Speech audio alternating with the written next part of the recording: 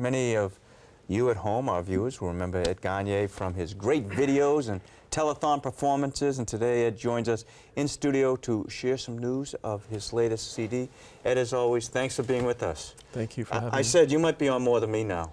It's quite possible. I see you all the time on there, but thank you so much. Before we even begin, what we'd like to do is you've done some videos for us. We want to play one for our audience. It's wonderful. So let's take a look at that video, and we'll be right back to talk to Ed after this.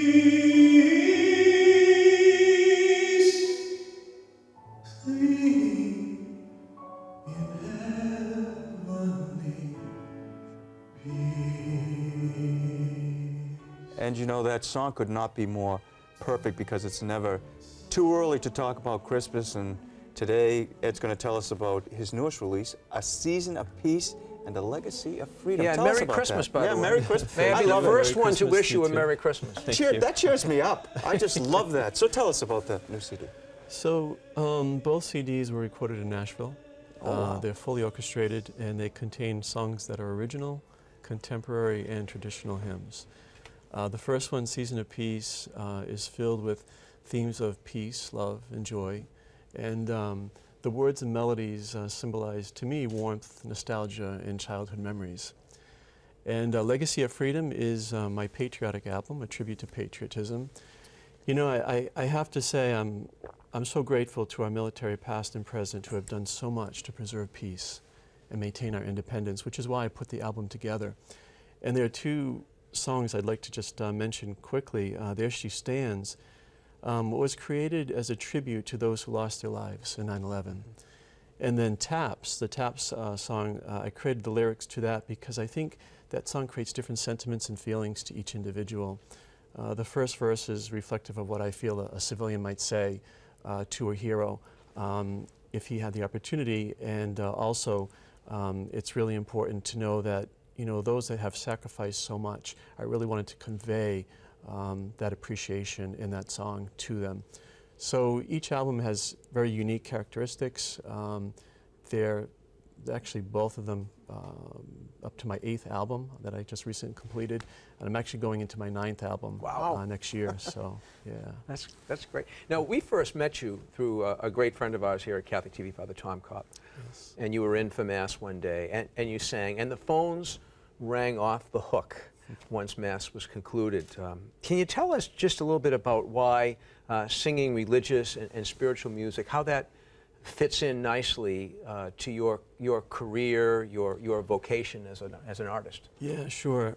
Well, thank you for having me that particular day, and it was really a lot of fun to participate, and a pleasure to really sing that song, which is a very requested song for me. But spirituality, I find as a musician, and I think typically with artists, that whole connection with spirituality is part of artistry. So I feel as a musician I connect with person's spirit and soul. As the music maker and the person who's actually listening to the music, I find that to be a very, very spiritual connection in itself. And I have to say, ever since I was a young boy, I've always gravitated towards songs of love and inspiration. So I think that's where my path and journey is right now. It seems to be the journey that I'm taking, which I find very fulfilling. You certainly connected that day, and also during the telephone. Oh, yeah. Thank you. Well, after you had finished, the ladies up front, Claire and Mel, would tell you, the phones were ringing. People loved it. They loved it. You know, you've done so much. You've been on daytime television, musicals. What are some of your favorite performances and experiences? Yeah, that's an excellent question because I love it all. You know, I love daytime television, I love film, I love musical theater. But I have to say where I feel most comfortable is, and as strange as this may sound, you know, I was at the nation's capital, and it was probably the largest audience that I've ever sang to. It was 150,000 people. And it feels very comfortable and natural for me to be a concert singer, to sing in front of large venues, in front of large audiences. And so I'd have to say, as a recording artist, as a concert performer, primarily, and then the others would follow after that. Now, did you say the Christmas album is out yet? It is. It is? Yeah. So is there a place where people can go to find that, to find all of your other CDs too? Yes, absolutely. So when I created my domain and website, I used my first name, as the listeners obviously know. First name is Ed. Yeah. Last name is Gagne. So I used my first initial of my last name, which is G, and my first name Ed at edgmusic.com.